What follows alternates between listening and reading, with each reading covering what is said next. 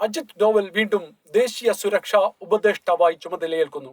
കൂടാതെ പ്രിൻസിപ്പൽ സെക്രട്ടറിയായി PK മിശ്രയെയും വീണ്ടും നിയമിച്ചിട്ടുണ്ട്.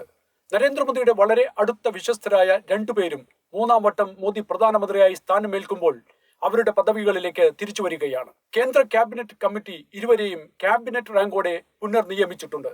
79കാരനായ അജിത് ഡോവലിന്റെ നിയമനം വഴി മോദി വ്യക്തമാക്കുന്നത് സർക്കാരിന്റെ സുരക്ഷാ നയത്തിൽ യാതൊരുവിധ വിട്ടുവീഴ്ചയും ഉണ്ടാകില്ല എന്ന് തന്നെയാണ്.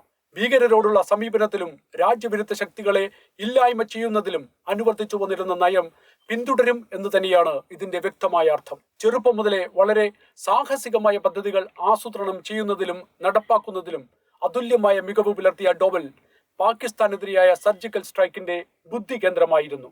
പാകിസ്ഥാനിൽ ഭാരതത്തിനെതിരായി പ്രവർത്തിച്ച നിരവധി ഭീകരരെ അജ്ഞാതർ കൊലപ്പെടുത്തിയതിന് പിന്നിലും ഡോവലായിരുന്നുവെന്ന് പല സാമൂഹ്യ മാധ്യമങ്ങളും മുൻപ് റിപ്പോർട്ട് ചെയ്തിരുന്നു.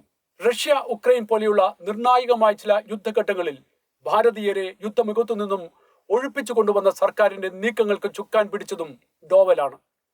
മിഡിൽ ഈസ്റ്റുമായി വളരെ അടുത്ത ബന്ധം പുലർത്തുന്ന ഡോവൽ ലോകമാസകലമുള്ള പ്രധാന രാജ്യങ്ങളിലെ സെക്യൂരിറ്റി ഉപദേഷ്ടാക്കളുമായി വളരെ അടുത്ത ബന്ധം കാത്തുസൂക്ഷിക്കുന്നുണ്ട്. അമേരിക്കയുടെ നാഷണൽ സെക്യൂരിറ്റി അഡ്വൈസർ ജാക്ക് സള്ളിവനുമായുള്ള ബന്ധം തന്നെയാണ് ഇതിന് മുഖ്യ ഉദാഹരണം.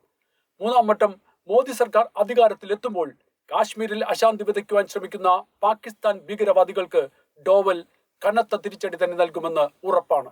പാകിസ്ഥാനെ സംബന്ധിച്ചിടത്തോളം POKയിൽ നടക്കുന്ന സ്വാതന്ത്ര്യ പ്രക്ഷോഭങ്ങളും രാജ്യം കടന്നുപോകുന്ന കനത്ത സാമ്പത്തിക പരാധീനതയും അവരെ രാഷ്ട്രീയപരമായും സാമ്പത്തികപരമായും തകർക്കുന്ന അവസ്ഥയിലാണ്. ഭീകരവാദം രക്തത്തിൽ എഴുതി ചേർത്ത സർക്കാരും അവരുടെ പട്ടാളവും അതീവ ദാരിദ്ര്യത്തിൽ പോലും കാട്ടിക്കൂട്ടുന്ന ഭീകരത ഭാരതത്തിനെ വെല്ലുവിളിക്കലാണെങ്കിലും അത് അവർക്ക് തിരിച്ചടിയാകുമെന്ന് ഉറപ്പാണ്.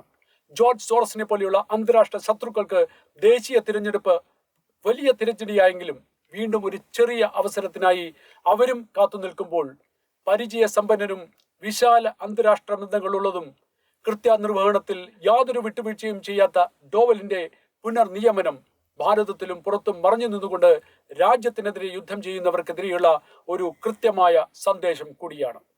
ജയ് ഹിന്ദ്.